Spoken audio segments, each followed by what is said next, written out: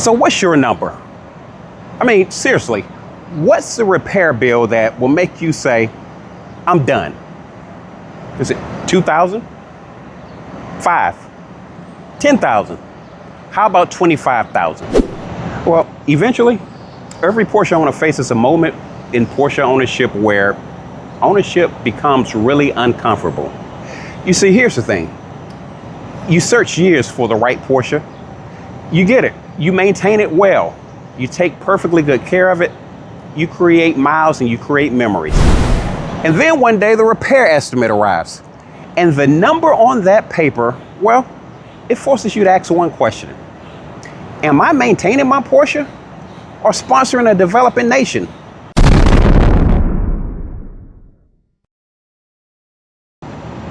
Welcome back to the Wastegate. Now guys, today I want to start off by saying something, and I want to be abundantly clear with this message.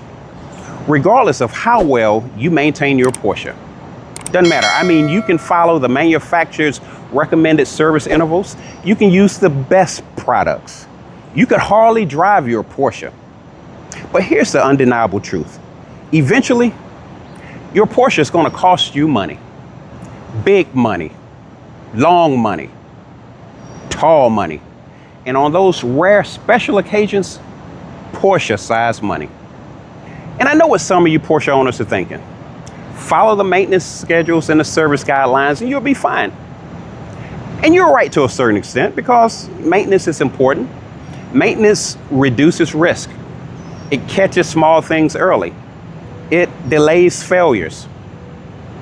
But the reality of it is maintenance doesn't make your car immortal. You see, maintenance, well, it can't stop age. It can't stop wear. It doesn't stop heat cycles. You see, eventually, every Porsche reaches a point where something expensive, well, it begs for attention. And that's not a failure in ownership or responsibility. That's just what it is. I mean, fuel pumps fail. Water pumps leak. Any number of items in your car will wear out and fail. And if you are a Cayenne or a Panamera owner, that air suspension, well, it's waiting to introduce itself to your bank account. You see, it isn't a question of if. It's more like when. You see, there are two types of Porsche owners. That first owner type, well, they lease, they buy, they sell every few years. They're in and out of Porsches frequently enough that they're on to the next Porsche before that major ownership issue arises. And there's absolutely nothing wrong with that. They get the Porsche experience, they enjoy the car, and they move on. But they never get to experience what happens when systems that are designed to last eventually reach the end of their life cycle. And then you have the second group. These are the people that, well, they're in it for the long haul. They're the high mileage crowd. They believe that these Porsches were, well, they're built to be driven. And they're going to drive these cars, they're going to take care of them, they're going to love on these cars. But even still, they come to learn something that every other long-term Porsche owner learns. Repairs, well, they don't always show up one at a time. Sometimes they come in bunches. One thing fails, something else goes wrong. It's almost like one repair pulls up, then two other repairs pull up right behind it. It's kind of like they're organizing for a drive-by assault on your bank account. So imagine this. You find the 718 GTS that you've been looking for some time. You buy it. You enjoy the car. Everything is perfect. So much so you have the car 5 years. But then the estimate comes back from the service writer. You have a major PDK problem. The estimate, $22,000. Now what? And this is where the ownership philosophy, well, it becomes tricky.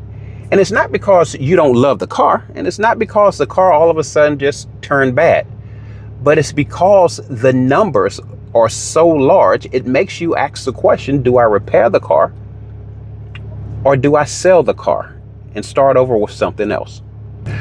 Now, here's the thing that people rarely rationalize. What are the alternatives? If you sell the car and you buy another pre-owned Porsche, well, that car comes with its unknown history. It comes with its deferred maintenance. It comes with failures and issues down the road just waiting on you to have to invest in and repair. Everything about that pre-owned Porsche, well, now it's going to be your issue to deal with eventually. How about if you buy a new Porsche? Well, now that changes the equation tremendously. You get a clean service history, you get the latest technology, you're going to have a warranty, you're going to have peace of mind. You're also going to have a bigger sticker, a new bill. You're going to have substantial depreciation, probably higher taxes, probably higher insurance.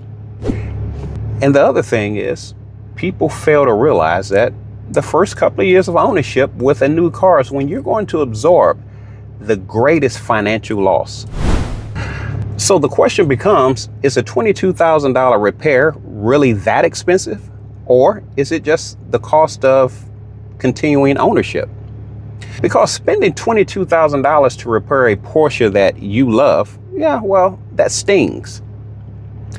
But losing tens of thousands in dead depreciation on a new Porsche, that could sting a little bit more. So then it becomes less of whether you can afford to repair the car and more of which path creates the greatest value for me 5 years down the road.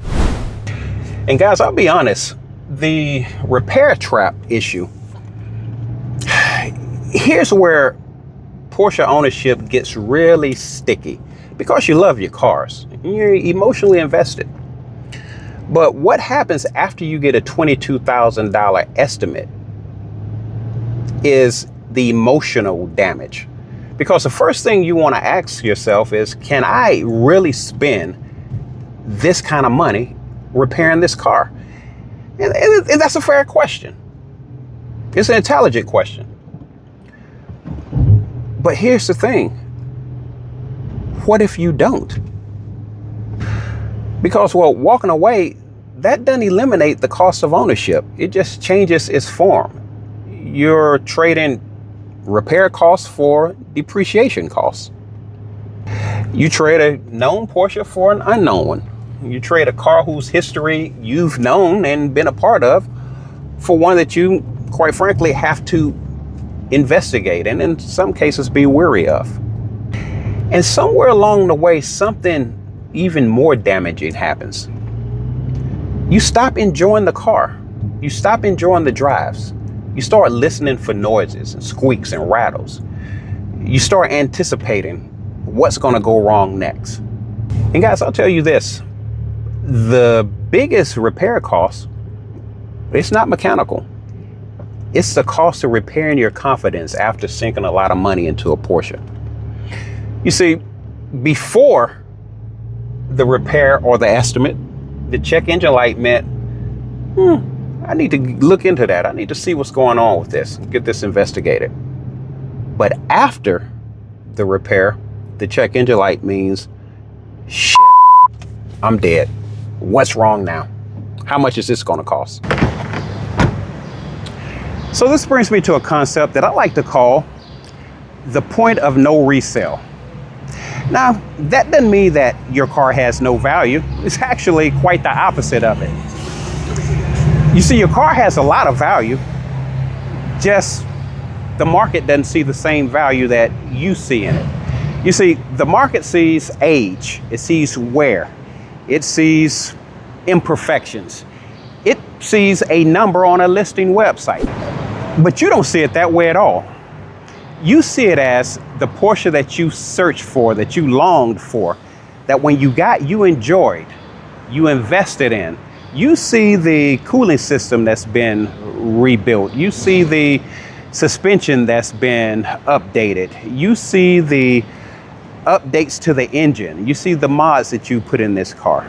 You see the thousands of dollars of maintenance that the next owner won't even have to be concerned about.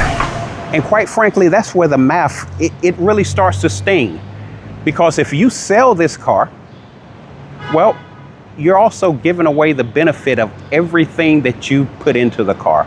All of the problems that you sorted out, all of the issues that you've worked your way through, all of the history that you developed with this car.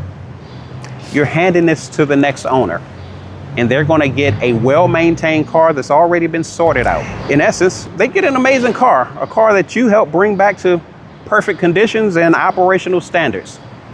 And you get, well, you get whatever the market's willing to offer you. You see, the market, it only values the car. The owner, well, the owner values the journey. Now, I'm certainly not suggesting that your Porsche come with an unlimited spending budget for repairs. The reality is some cars simply reach the end. Maybe it's major collision damage. Maybe it's severe corrosion. Maybe the price of repair is just so catastrophic that the economics just don't make sense. Or maybe it's something as simple as the car just doesn't fit in your lifestyle anymore. And all of those are valid reasons. You see, it's not about throwing good money after bad money. It's more about understanding when you're no longer preserving your car, you're simply fighting a losing battle. And perhaps we've been asking the wrong questions the whole time. Maybe it's not how much is this going to cost or how much have I spent.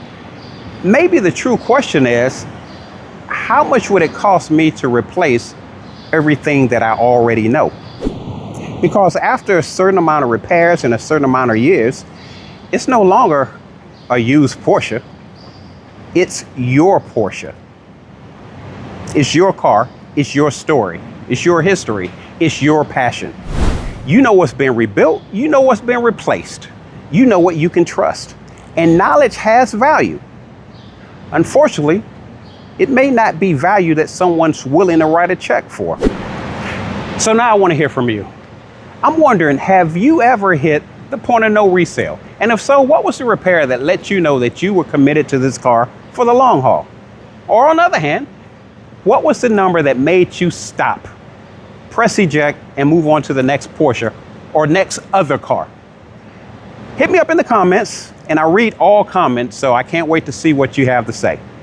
And until the next video,